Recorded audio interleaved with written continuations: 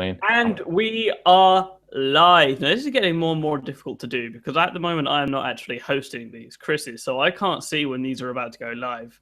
Usually when I'm hosting, it's easier to somewhat gauge and guess. At the moment, it's up in the fucking air. Hello, welcome to episode 44 of Talking Tech, the weekly podcast from MobileTechTalk. I am your host. I'm Dom. I'm back, and joining me as always is Mark and Chris. Say hello, guys. Hello, guys. Not used that joke in a while. I thought it was time to reuse it. Nope. Never. So this week is we're going to try something a little bit different. So we're going to be less new. Let's try that again. We're going to try and be less news heavy this week and a bit more opinion and discussion oriented. I thought you were going to say nudity for a minute. You sounded like you were about to say less nudity. I mean, you'd really hope so, but but no, my enunciation's taking a bit of a nosedive today. But yes, no, we're going to have a bit more opinion pieces, a bit more discussion, and try and move away a little bit from the news. But I think should we just jump into it, because there's two real things that happened this week. There was the Microsoft event and the Apple event, and we've got something else to speak about afterwards. But the main things were the Apple event and the Microsoft event. So first off, the upgraded Surface Book. So if anyone somehow forgotten from last year, the Microsoft Surface Book is Microsoft vision of what a laptop should be. It's nice vision, actually. It's a really nice laptop, apart from that fucking hinge. I was going to say apart from the price tag, but oh no, yeah. Like I kind of like I'm fine with the price tag, but that hinge is horrible up close in real life. I don't know if either of you have got a Currys or a PC World like close to you. Pop in. Like, I think it's like nationwide. They have like Surface Pro and Surface Book displays. But yeah, no, I think it's like a 12.5-inch. Actually, no, it's not. I think it might be a bit bigger. Oh, Jesus Christ, enunciation. 3000 by 2000 pixel sense display. Up to like 16 gigs of RAM, up to Core i7, just like a bit of a beast and there was a huge battery in the base, and in some models an external GPU. This year, a few of the models actually. I'm only seeing one model that didn't have it. Yeah, which was like the lowest. Yeah, 128 gig Core i5, 8 gig. Yeah. Every other one had which was essentially a modified GeForce 940 MX, which again Microsoft tapped NVIDIA and said, "Hey, we want this card, but make this one change for us." And in return, if I remember, lots of money. Pretty much, and it's pretty much the same thing that Nintendo have done this time around. So the new Surface Book has a Skylake processor. We'll speak about that afterwards. They've got a Skylake Core i5 and Core i7. They've got a GeForce 965M, up to 32 gigs of RAM, and I think it's like a 32% larger battery. Now, Microsoft say this can last up to 16 hours on a charge. I kind of take whatever Windows manufacturers say and then knock a third off, and that seems to give more like realistic. Yeah, more realistic, because my yoga book, Lenovo say you should get between 12 to 13 hours on the Windows model. If I got 9, I was lucky. So bear that in mind. Obviously, it's got 2 times the GPU power, and because of the newer CPU, it's cooler as well. It physically runs cooler. They also redesigned the cooling and batteries in the dock, or in the base, I guess, because it's not really a dock. So they re-engineered them to be more dense in the same amount of space. But Just don't have a Note 7 fiasco again. Yeah. But they were, what's his name? Panos Panay. He was on stage. He's like, "Do you know how we made the battery life better? We put more batteries in." And that he just came out and said it, and I'm like, this is an engineer. You know that man's an engineer, because he just gets right to the point. But yeah, externally there wasn't really much changes. Unfortunately, it's still got the dynamic fulcrum hinge, which I'm really not a fan of. It's still got all the important parts in the display section, which is what do they call it? The digital clipboard, which means all the heat generated is in the top. It means it has to have what's it called? Exhaust vents all around the perimeter of the top, and it makes the top kind of heavy, which is why that dynamic fulcrum hinge has to exist. It just elongates the base to give it more surface area. But what do you guys think of the Surface Book? Because I don't think we spoke about it last year. Well, no, we didn't. Probably not. But I think this boils down to a really big company with unlimited R&D budget can make really cool, expensive things. This is, it's really nice. It looks really nice. And if Microsoft said, "Do I want one?" I would say, absolutely, yes, thank you very, very much. Am I going to get my wallet out? No. I think that's the problem, because as nice as the Surface Book is, and it is really nice. Agree. Absolutely lovely thing. But I look at the price of it, and I look at the price of some of these little laptops and things coming out of China, because we're beginning to see, like the Chinese companies getting involved with phones, they're now starting to do the same with tablets and laptops and dockable tablets and everything. I look at them and go, I could have Surface Book, or I could have 5 of these.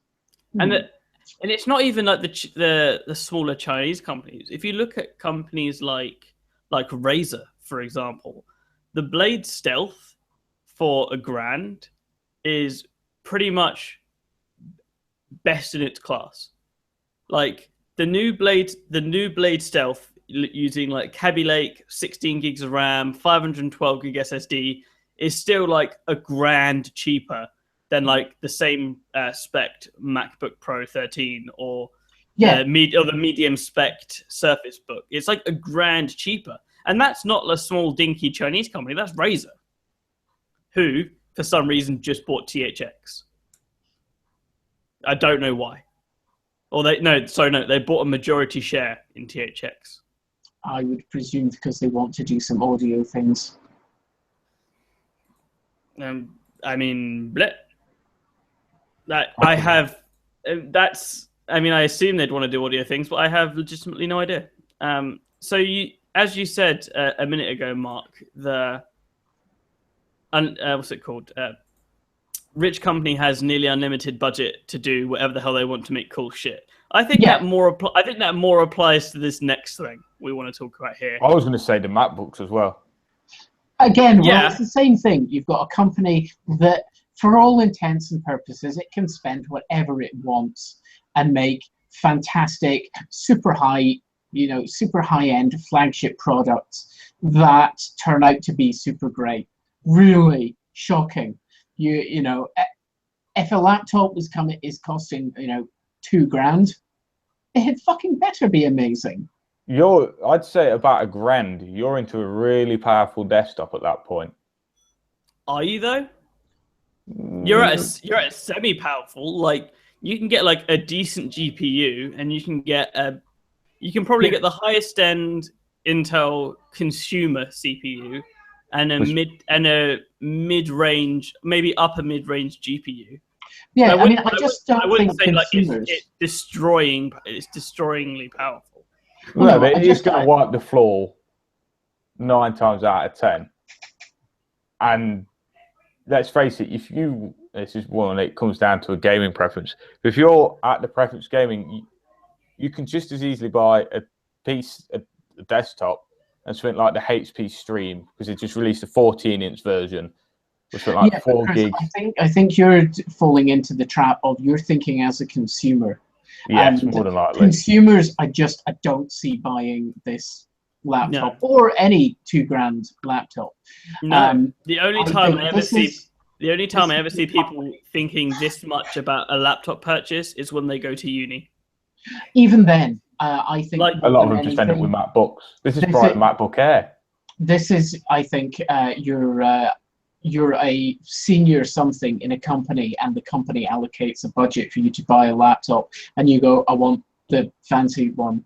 Oh yeah, no shit though. If I work for a company and they say, oh, you have $2,000 to spend on a company laptop, I'm either buying a Surface Book or a tricked out XPS 13.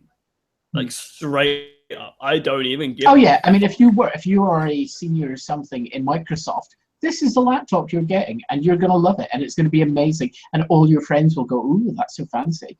But if they fix the battery issues from last year's model, which I really hope so, which is like it just didn't go to sleep in your bag, so you'd wake up with, or you'd like put it out of your bag 2 hours later and it'd be dead because it didn't go to sleep. So yeah, no, the next thing, which is probably pretty obvious for anyone even remotely in the tech sphere, is the Surface Studio. Holy the Surface shit. Studio, yeah, is that's Holy pretty much shit is how you sum that up. Yeah. So the this Surface is another Studio, one of these. If Microsoft came and spoke to us and said, would you like one? We would all be going, hell yes, thank you, please, very, very much, yes. yes, But yeah, I mean, it's all of the monies. yeah, and it kind of is the cheapest Surface Studio is $3,000. Yeah. And you're getting a 28-inch 4,500 by 3,000 pixel display, which is insane. Which is a custom-made LCD panel and timing controller to get it into a 12mm thin aluminium chassis. It's got a Windows Hello IR camera. It's got a zero gravity friction hinge. It's got, again, a Skylake quad-core, I think it's a 6820HK Skylake processor, like up to 32 gigs of RAM, up to 2 terabytes of rapid hyperdrive transport. It's a beastly computer. Oh, and it's got either a GeForce GTX 965M all the way up to a 980M. That's the bit that's not top of the line. Yeah, I was going to say, is they're still on the old architecture. Yeah, now this is a kind of annoying thing of both the Microsoft announcements and the Apple announcements this week. Neither of them are using Kaby Lake or Kaby Lake processors. Some for good reason, some for not, and only the Apple computers are using current gen GPUs, though they're from AMD and not NVIDIA. Yeah, although let's face it, haven't Apple always, well, for quite a while, had AMD GPUs and not NVIDIA ones? Only in the last year. Only in the last year. Around every year or so. Apple just, I don't know whether they do it because they think one company is better than another, or because simply they don't want to become reliant on just one. I think it's a second. So yeah, no, it's annoying that they don't have Kaby Lake, especially seeing as they are pin-to-pin compatible. Kind of, but to be honest, I think the actual differences between the two CPUs it's slight. It's not a big deal. It is very slight, and especially in the Surface Studio, which is like a mains-powered machine with quite a lot of active cooling. And the fact that specific SKU, there is no Kaby Lake version of the 6820HK yet. We only have Y series, which is the new Core M, and we have some U series, which is like the 15 to 35 watt models.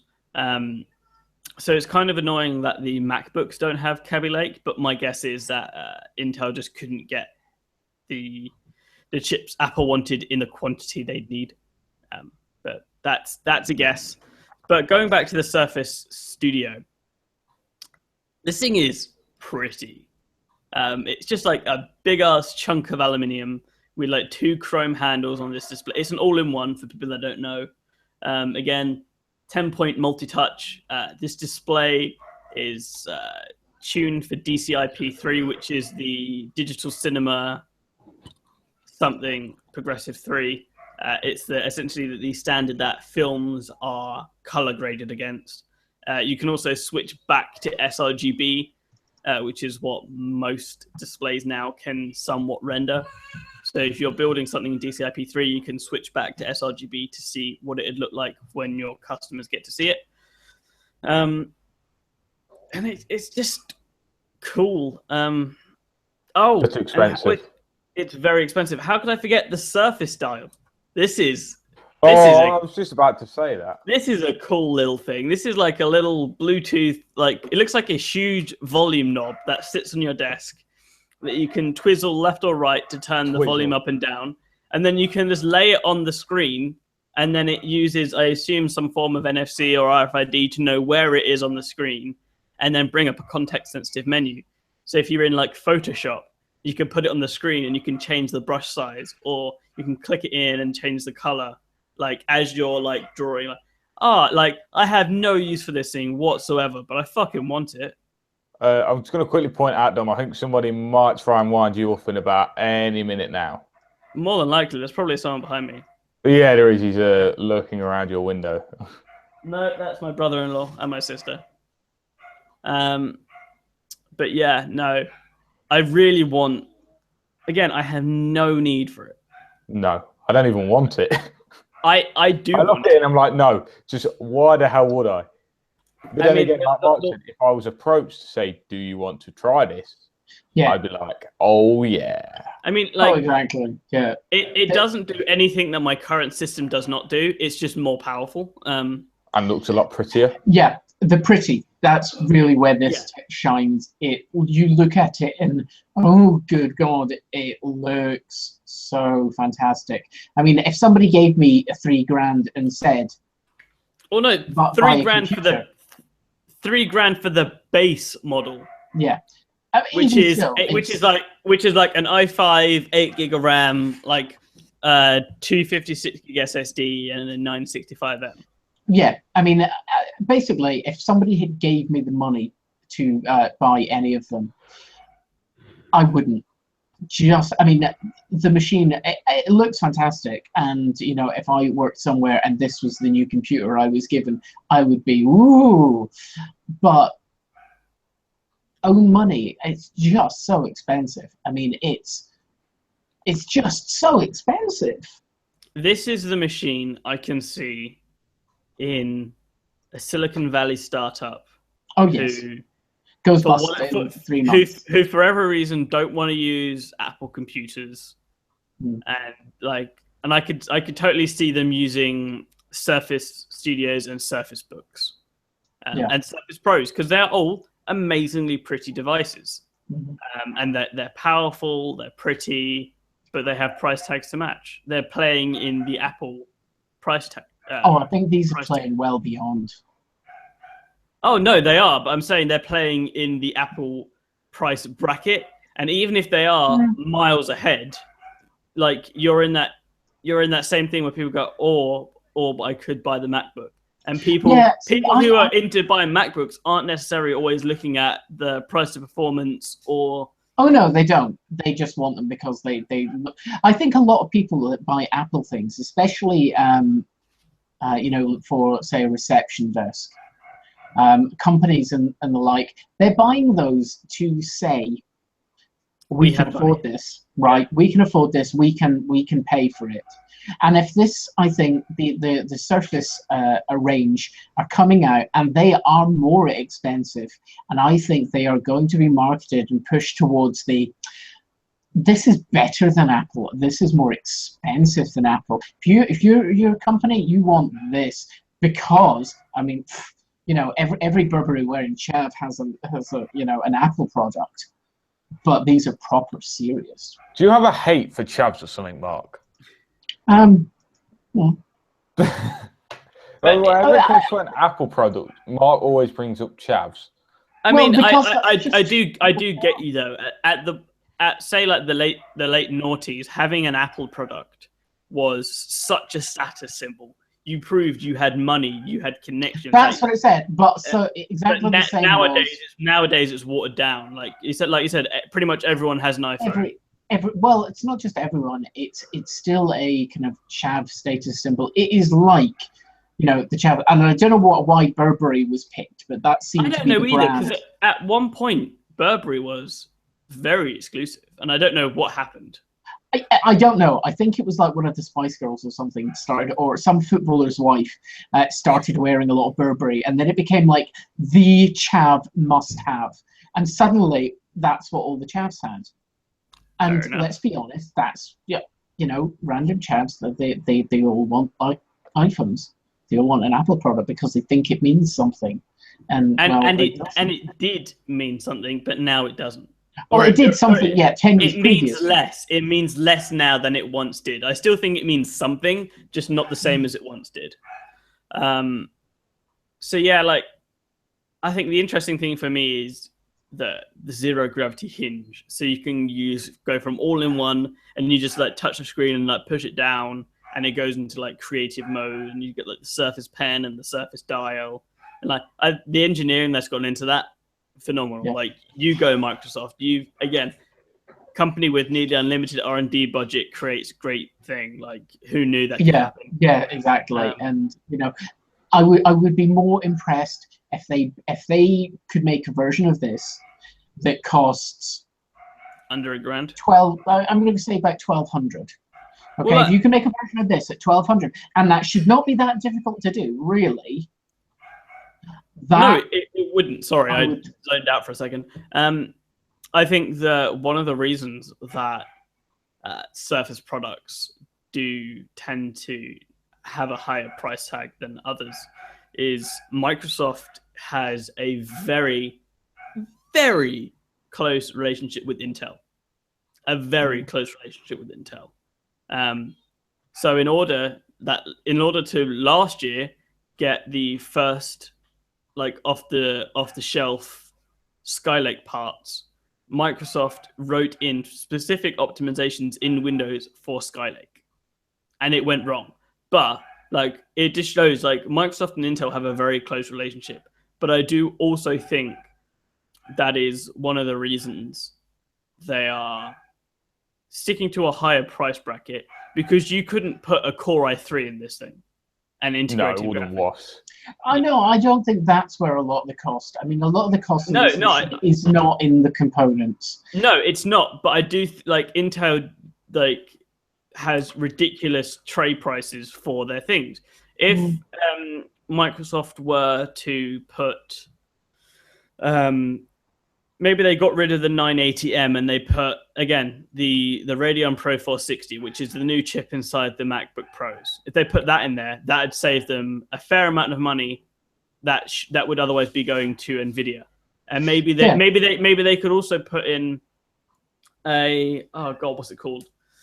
The AMD A12 9800P, which is like the newest mobility APU, which could then run in Crossfire with that discrete GPU. They'd be saving a shit ton of money going from Intel to AMD, and also from NVIDIA to AMD, and the two AMD products would work together. It would not be anywhere near as performant. It would not. I would be the first to admit that. But you have quite tangible cost benefits. You could. But I don't think most of the cost of this product is coming from the actual components used. I think a surprisingly large amount of it is. I won't say all. I think the amount of R&D that had to go into this thing. Which let's be real. They are gonna like try and write off like 60% of the cost of the Surface as R&D. Like they're gonna say you have no idea how much development that zero gravity hinge took. And to get it whisper quiet all the time. Can't fault the hardware, but it's at the moment this is a fantastic flagship. This is Volkswagen's Bugatti. It's their brand to say, look what we can do. I think the more apt one is Tesla. The Tesla Model S is awesome high-end sedan. But more people aren't going to get it until the Model 3 comes out when they can afford it.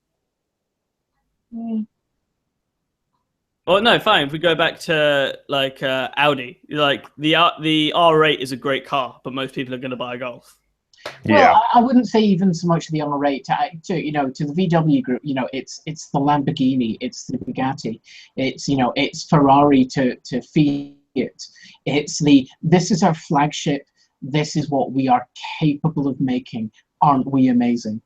Yeah. But this is not something that people actually go out and buy. I mean, no. So, as we said, Microsoft, if you want to send 6 Surface Studios to the MTT crew, we will be more than happy to review them for you. Oh, absolutely. I cannot guarantee you will not get taken apart, though. I cannot guarantee that. At least one of them. Or we cannot guarantee that they will not get lost on the post on the way back to you, mysteriously. I think I have to give that same disclaimer to Optima, because this projector is fucking amazing. So, speaking of things that are likely going to be fucking amazing, but not everyone's going to be happy about them, the new MacBooks. Hey. The new MacBooks are here. Hello. So, a couple of days ago, Apple announced the new MacBook Pros. And I say Pros because there were multiple ones. There is a 15-inch and 2 13-inch ones. Weirdly enough, they're all ridiculously expensive. Yeah, they're more expensive than the equivalent ones were last year, but especially in the UK, each model I think is £50 less. That if you take the US price, convert it 1-to-1 to UK to £1, and then drop 50 quid off, that's the UK price along the lineup. But yeah, no, the new MacBook Pros have the same display size and resolutions, but they're like 25% brighter. They now conform to DCI-P3. They're thinner, both the displays and the bodies. They have bigger batteries. Again, Skylake chips, because the supposed Kaby Lake chips weren't ready, or they weren't ready in the same quantities that Apple would need. The 13-inch one uses Intel integrated graphics, or the highest end Intel graphics, the Iris Pro 630 or something like that. The 15-inch one uses AMD Radeon Pro 460s in either 2 gig or 4 gig. And they go up to 16 gigs of RAM, because apparently 32 would decimate the battery life. Up to 2 terabytes of PCIe SSD storage, of which only the lowest end Pro, the 13-inch with only 2 Thunderbolt ports, only that one has removable storage. The other 2 are soldered on. And let's just get to ports, because that's the second most interesting thing. They've only got Thunderbolt ports. They've got 4 Thunderbolt 3 ports that are using the USB Type-C physical connector and a headphone jack. That's it. On the on the 2 highest ones. No, and on one of the 13s. On the lowest end 13-inch, there's only 2 ports. The CPU is slower, the GPU is slower, and the RAM is slower. Yeah. See, also this touch bar, which I think is absolutely stupid. On the higher end 13 and on the 15, instead of having a function row, there is a customizable OLED touch bar, which can be remapped on the fly for whatever. And on the end, there is touch on the power button. There is Touch ID, which is like genuinely actually a really good thing. It's like when you see fingerprint readers on Windows devices or Windows Hello, and that is actually really nice. Whether or not you'll use it, that's a different thing. It's nice. I think you will, because it's on the power button. Yeah, but it's one of the things. When you lift the lid up, it boots up straight away. You don't have to hit the button. Yeah. See. I don't know. I didn't watch the whole keynote. I watched the CNET snippets, and if you go on and look at the way they are using the touch bar, they're all like this, hunched over, deliberately pressing it. Yeah, it's really quite weird. It is really weird, and this is what I don't like. I don't like the way that they were Okay, yes, sure, they're going to emphasize it because it's a new thing, but they were leaning over it 2 fingers. You're not going to use it like that. You're going to. Yeah, it's a really. I don't remember the exact dimension, but it's like if you put your fingertip on it, you're likely going to be reaching the entire top to bottom. Like it doesn't. It's not a very deep thing. I do also think the other thing that I'm kind of unsure about is that trackpad. Obviously, it's bigger, nice, but it's fucking huge. It's like it's like take it. Let's say you were to take I think it's like a 5.5-inch piece of glass, not like a 16 by 9, obviously, but if you did corner to corner, it's like 5.5 inch or something. It's like taking a 50cc scooter and jamming a 1000cc engine in there. Yeah, it is way too big, and actually no. I think the more apt one is getting like a 50cc scooter and then putting like Harley handlebars on it. Yeah, because it still performs the fucking same. It just looks really weird when you're using it. Yeah. So I bet I would find that I'm seeing that it looks a bit weird is how far your hands are up the keyboard. So you're going to be up the keyboard anyway, and then to have to put your hands further up to get that touch bar. Yeah, I'm not a fan of it. I'm not sold on the touch bar. But they did keep the function keys on the base model, and but you also lose Touch ID on that base model. Yes, but I did see, like I said, I got snippets, and the 13-inch base model with standard function keys is aimed at the iPad. No, MacBook Air. The official name for that model is MacBook Pro, open brackets, 13-inch, comma, late 2016, comma, 2 Thunderbolt 3 ports, close brackets. Yep. Your name. I kind of like... If you go into About My Mac and it tells you your system specs, that is what it says for model number, which is insane. I like... but no... words are hard. This should not have been a Pro. No, this should either be the 13-inch Air or the 13-inch MacBook. Yeah. To be honest, it should not be a Pro. Apple tends to do this. The bottom of the range one, they always make deliberately shit, so no one buys it. The bad thing is people do buy it. Well, but they got out of their way to make it shit. Hard drives in the iMac. Yeah, they still put slow mechanical hard drives in the iMac and make it like a $200 upgrade to put an SSD in there. Yeah, because they want people to up. But the thing is, people still buy the hard drive. Well, then if they want to buy a crap machine that's massively overpriced, well, then that's their problem. Yeah, if they want to, I can sell them a lot of computer parts if they want to do that. Like, don't worry, I got this. I was kind of looking forward to a new Mac Air because I'm not the Mac Pros do most Macs do nothing for me, but the Mac Pros do the least. So to see a more powerful Air would have been nice, and I kind of get where they're going at with this 13-inch base model, stupid name, Pro, because they did explicitly say for those MacBook Air users, this is thinner than a MacBook Air. It's the same screen size as a MacBook Air. It's got the function keys like the MacBook Air. But again, they've used that Pro name, and in that Pro name, they've put the Pro price. Yeah. I want to say there are some other things. So we've got that huge trackpad. I was going to quickly mention is the starting price is about £1,200. And that's for the base model. The base model Pro is £1,249, which is too much. Again, for a dual-core hyper-threaded machine with 8 gigs of RAM.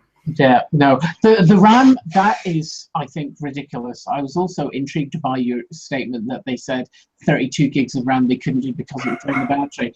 Really? Yeah, which is insane. Yeah. Like, that is just, I'm sorry, but that's utter bullshit. Unless, for some reason, they've gone with DDR3 again.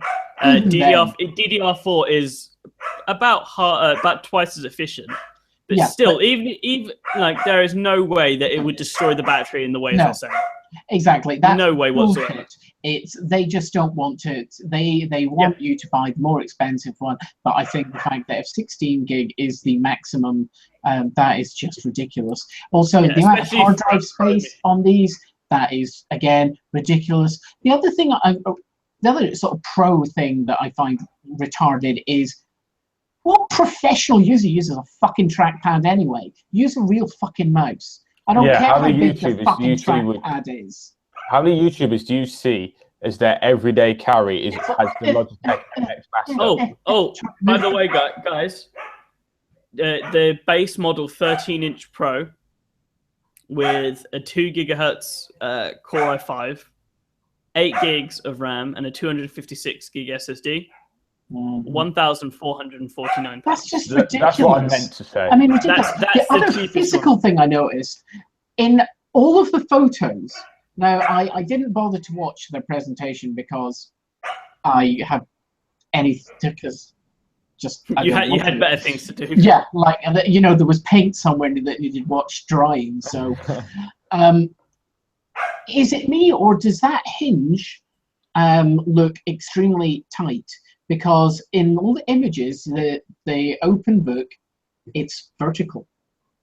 Yeah, it's not pushed back. I think it does go back. God, if that's 90, that yeah, I think it goes to be bolt upright, which it does seem to go like to 90 in all the images. I think it goes back to like 120-ish, but that's still a really shallow hinge. Degrees. Yeah, 120 is still a really shallow hinge. That to me just screams break me. Yeah. But yeah, no, the 1,450 is the cheapest. For a machine with 8 gigs of RAM, I'm sorry, but and a 256 gig SSD. But if you want to go for the most expensive, what's it called? Top of the line. The most expensive 13-inch. So a 2.9 gigahertz dual core i5 with 8 gigs of RAM and a 512 gig SSD. Seriously, still with the 8 gigs of RAM? Yeah. And you've still only got Intel graphics. £1,949. Okay, I mean, that, like, unless you absolutely must have a Mac because you need OS X because you're too stupid to like use anything else. Mac OS, Mark. They changed. They can call it whatever they want, but I mean, are they still naming it after retarded surfer hangouts in California? Yeah, this one's Sierra. Right, because nobody outside Southern California knows what the fuck any of these mean. Like, see with the cats thing. Like people knew what they were. Yeah, people knew what a snow leopard was, or a jaguar, or people know what those are, right? Naming them after random places where you spend your weekends with your hipster friends. I mean, I'm sorry. This is just these computers. It's the only thing that they are useful for. Go on. Spending your days in Starbucks saying you're writing your novel. That's it. That's all these are for. All right, so Guy, I went into the Apple Store for the highest end 15-inch MacBook Pro that I could make. Oh, right. You're at $2,000 upwards. Oh, really? Oh, really? It'd be like 4.5.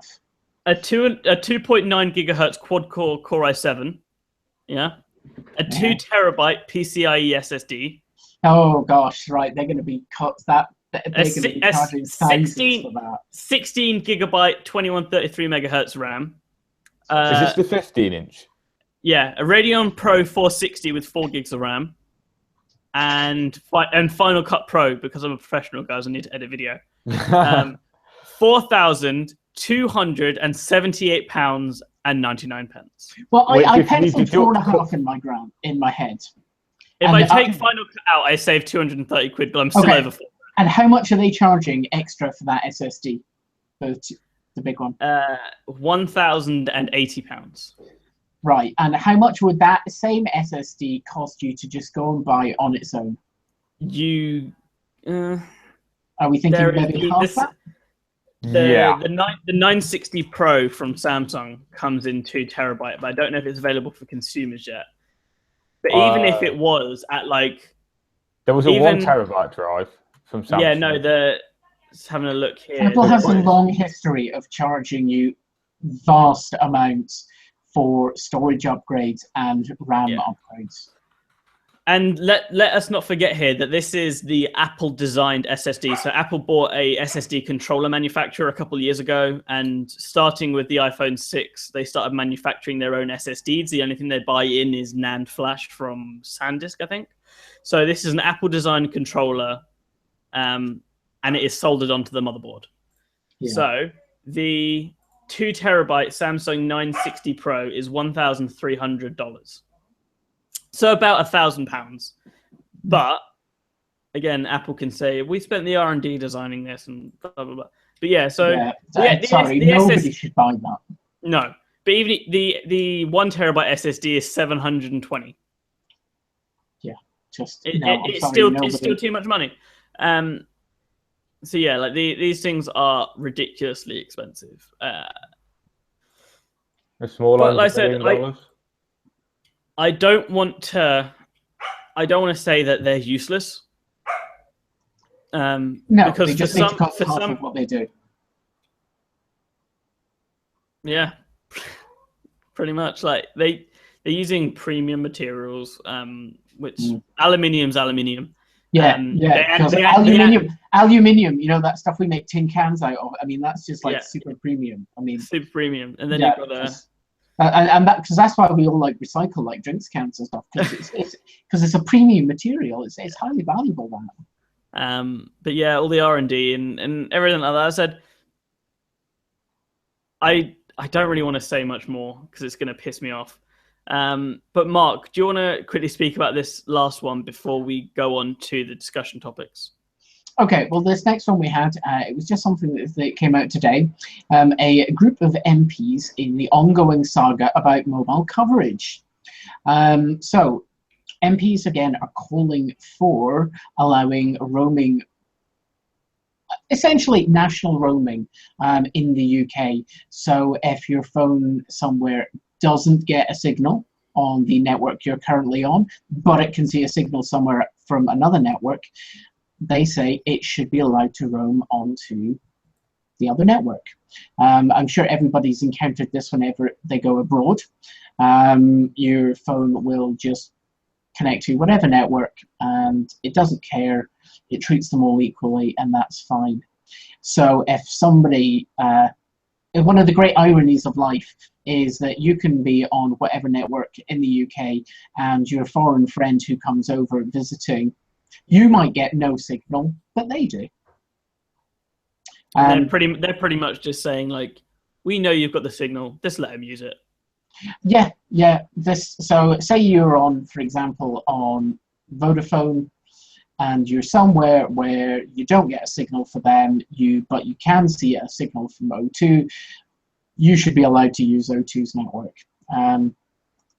That's essentially what they're saying, and the networks, unsurprisingly, are saying, "Oh, we don't want this. This would be really hard. This would be hard. We'd lose all the monies.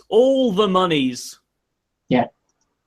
So yeah, that's again. It kind of makes sense. I mean, it's not kind of makes sense. It does make sense from a consumer standpoint, and you can also kind of see why the carriers don't really want to do this. Well, of course, I mean, the companies absolutely are not going to want to do this. Because one of the things, if nothing else, as they point out, it means that networks would no longer be able to compete on coverage. Yeah. So, Vodafone can no longer say, we've got the best coverage, we cover more than anywhere. So wait, you're saying they'd have to actually compete on performance and customer satisfaction and all those other things? Well... Dear God, man, you're insane. Yeah, so we'll see how this pans out. I mean, MPs kind of want this to happen. The mobile networks don't. The mobile networks have large checkbooks, and MPs are notoriously available for hire. So I suspect this might not go anywhere, or it might just be what MPs consider a fundraising drive. A useful discussion, should we say? Yes. So yeah, I'm sure everybody who works at Ofcom will get some wonderfully nice lunches out of this. Oh, they're going to get so many Christmas cards. So yeah, no, that's pretty much it for the news. Went on a bit longer than I probably would have liked, but oh well. That's kind of my fault because I put very talkative subjects in. So we'll talk about at least one of these next ones. So I kind of want to talk about cheap phones. And I mean cheap from a monetary fund, inexpensive phones, sub £100, which sub £100 SIM free.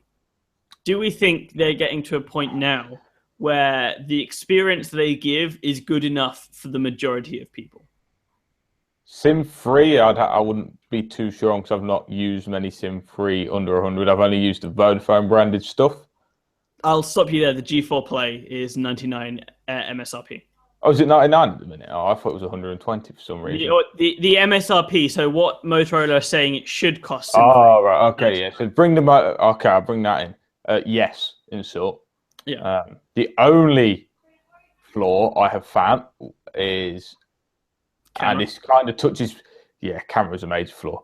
But this kind of touches kind of with them Vodafone ones. I've obviously had the range from like £25 to 125. Did you ever get the platinum? No, that was next on my agenda. Okay. It's just if you want it to be quick, dare I say, cut your animations down to half and don't expect too much for the camera. Screen you quickly get used to, and you are technically away and going, and it is technically fine.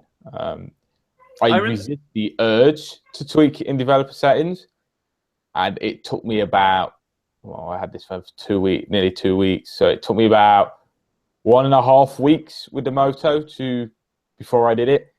Which is actually really good. Which is really good considering I'm using a 6-pin. It's took me a week and a half. Yeah. I mean, I saw the G4 Play and had a quick hands-on at IFA, and it's really nice. I tell you what I don't like is that dimple is not recessed in far enough. Yeah, it's not. I think that was the only complaint I had, and it's a bit small. What about you, Mark? Have you used any uber cheap devices lately?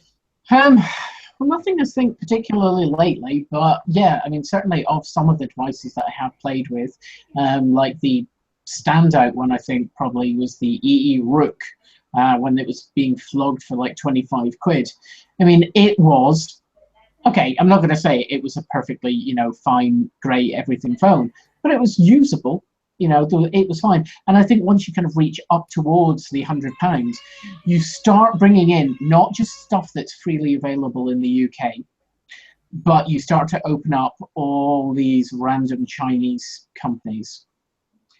And I think the biggest two aspects that have really made them, good enough is the hardware. CPUs are pretty much now roughly fast enough for everybody. There's nothing in particular that feels terrible. And the other thing is, phone manufacturers have finally gotten around to accepting nobody wants any of their fucking customization bullshit. It is not a unique selling point. It's a unique hating point. People don't want them. Just give stock launcher, stock Android.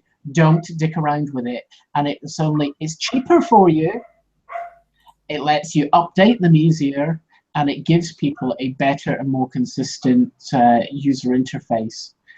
And some of these things that are coming out of China, some of them are fantastic spec.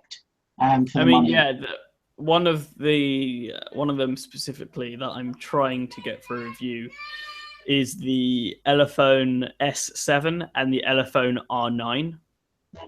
These are, I think they start at like £125 for 5.5-inch and 5.2-inch 1080p displays, 10-core processors, 3 gigs of RAM, 32 gigs of storage. I mean, certainly looking at the specs of that and having played with the they're not plastic either. No, they're metal and glass. Yeah, well, the materials, I think, are somewhat incidental. I mean, plastic isn't spectacularly cheaper than a bit of metal.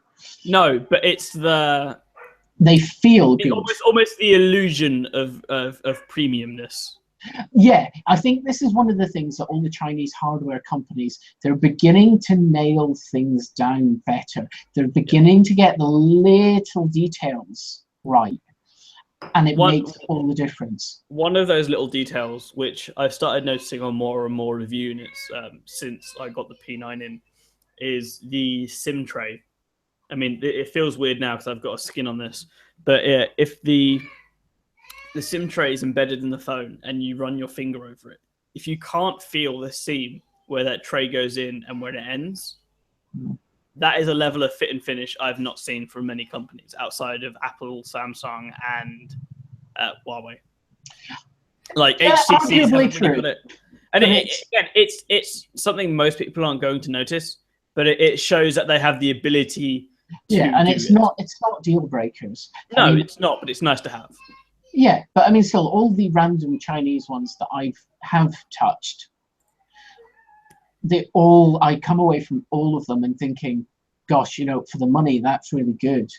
And I kind of wonder why the people who work at Vodafone and O2 and all the other networks that are buyers for networks, why the hell they aren't going to these companies and saying, right, we want to buy, you know, we'll not go with crazy numbers. We'll just say, right, we want to buy 10,000. Okay, and we'll dish them out and bring these brands, because I think the majority of people don't buy them in the UK because they don't know they exist. Yeah. Yeah. You know, you can't buy something if you don't know it exists, can you? I mean, a lot of people think, for some strange reason, that we are like the polar opposite of the US, where we never buy on contract, and because we have a thriving pay-as-you-go scene, no one ever buys on contract. It's quite the opposite. Most people here still buy on contract. They still sign a 2-year contract to get a subsidized phone. They just have the option, an easier time buying SIM-free devices and SIM-free phones. And that's why I think people won't know what phone exists if their carrier store don't show it to them, either on pay-as-you-go or on pay. And I mean, all these Vodafone ones that Chris has been playing with, and you know, they're quite good. Those are essentially just ZTE-made phones. All they've done is ripped the ZTE name off them and slapped a Vodafone badge on it. Made maybe 1 or 2 tiny tweaks. Yeah, it's more in the they call it accessibility, and they basically give you 2 launchers. They put the Vodafone shite on that nobody wants. Yeah, and then the apps, that's it. Apart from that, it is near stock Android. Yeah, and I mean, it's those devices. And the issue is when they come with the Vodafone brand name, yes, they're extremely good value, but I think there is some slight reluctance for people to buy what is seen as, you know, the cheap carrier branded phone, because there is an image to it. Yeah, there is. You know, which is they would rather buy a Samsung Galaxy, whatever. I'll put it this way: if you've got a sub £100 phone, and I'm going to say you walk into a bar, but no, I'm not enough drink, so that wouldn't apply. But you walk in anywhere and you've got a sub £100 phone, you are probably going to get noticed as much as having, let's say, a Note 7 that actually scrapped that F7. Everyone knows what everyone's being noticed for a Note 7. Yeah, like I said, like we were saying earlier, the iPhone is still a status symbol. The Galaxy is still a status symbol. Whether or not it means the same as it once used to, that's up for debate. But they are still seen as somewhat higher end devices. Like, yeah, and if you play a camera branded. Yeah, if you've got an iPhone, you're paying at least £35 a month for your phone. Even the Pixel's at that price now, yeah. 35. But like I said, the Pixel is not a brand people know very well. The iPhone has been in the UK for nearly a decade at this point. Since the first one launched, wasn't it? Yeah, it was an O2 exclusive for like 3-4 years. Yeah, I mean, there's a few brands, you know, obviously Apple, Samsung, HTC, Sony. Those are brands your parents have heard of. They know what those are. I'd knock HTC off that list. I know more people know Sony than HTC. More people know Sony as their fall from grace. Like a lot of people know Sony made everything, including phones. But you know, I haven't heard of that Sony making a phone in a while. and then they go, "Oh, look, Sony do still make phones." Like most people don't really know about HTC. Yeah, HTC. Okay, maybe. I still think they are. We want to believe. Yeah, we want HTC to relatively still be a thing. I think so. People know of them. Yeah. Anyway, thank you for talking with me today. Thank you. How's the jaw? All right, we're going to skip the last one because I would say just screw it, run over and go do it anyway. Are you sure?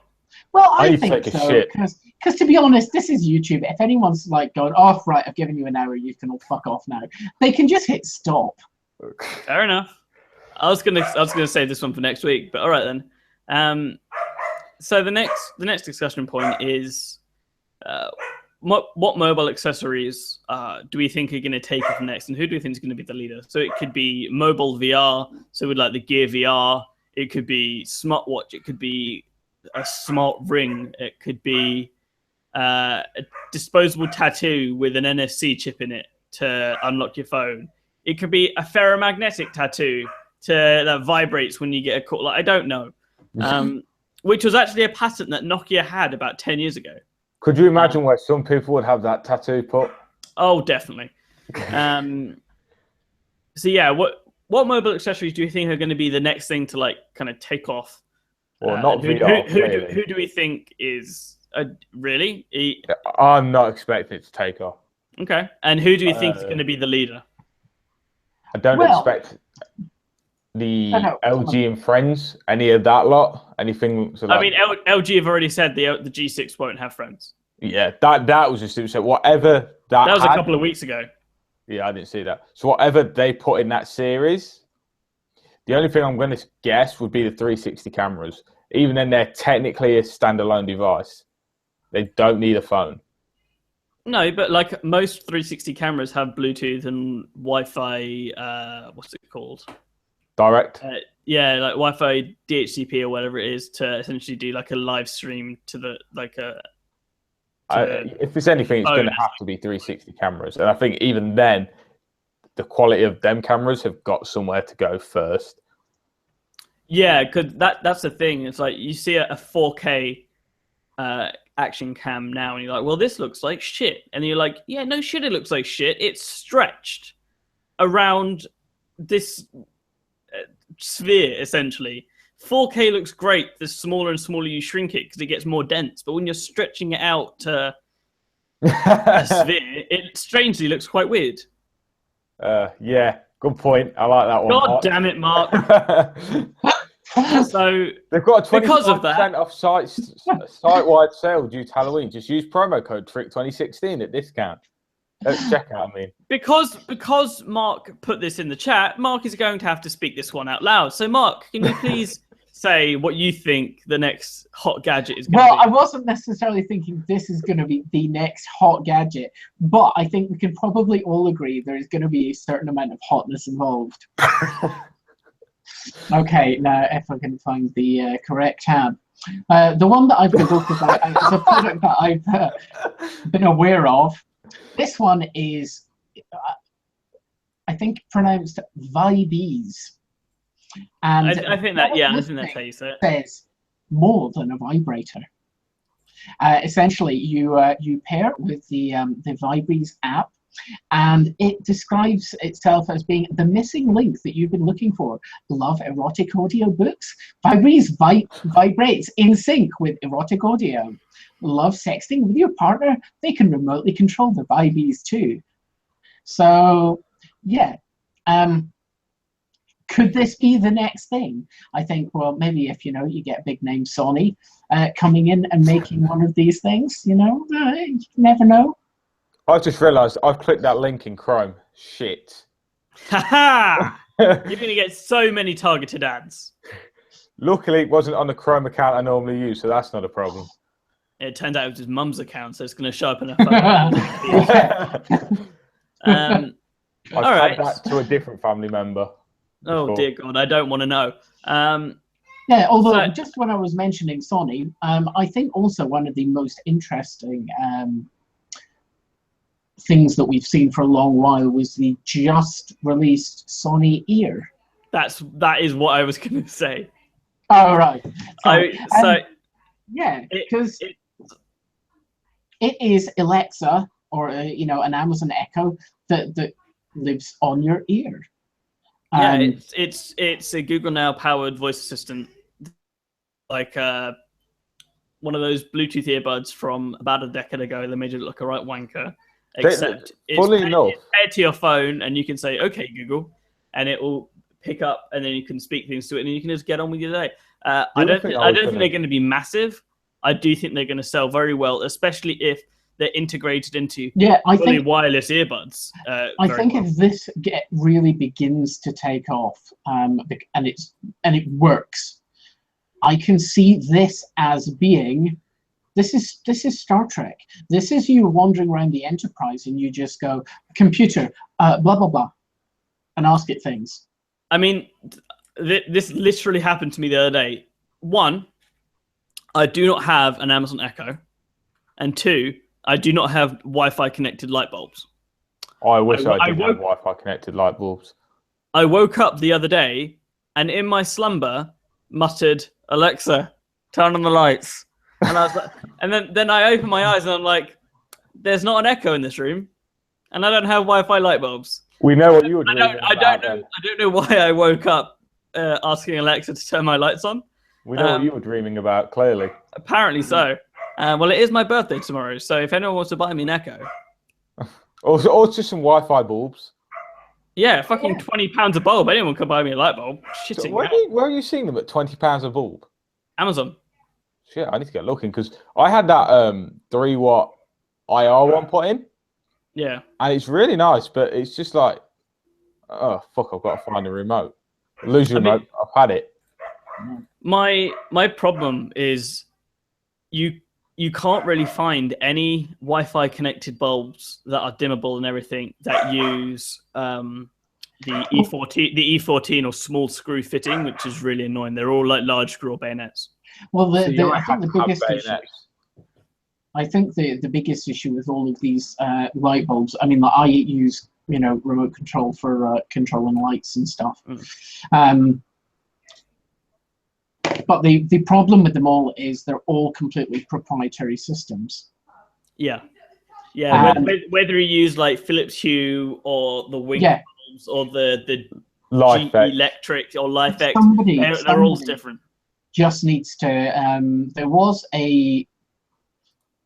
Oh crap! There was a couple of them. There was Zigbee and something. Yeah, Z-Wave. That were specifically designed to be ultra low power.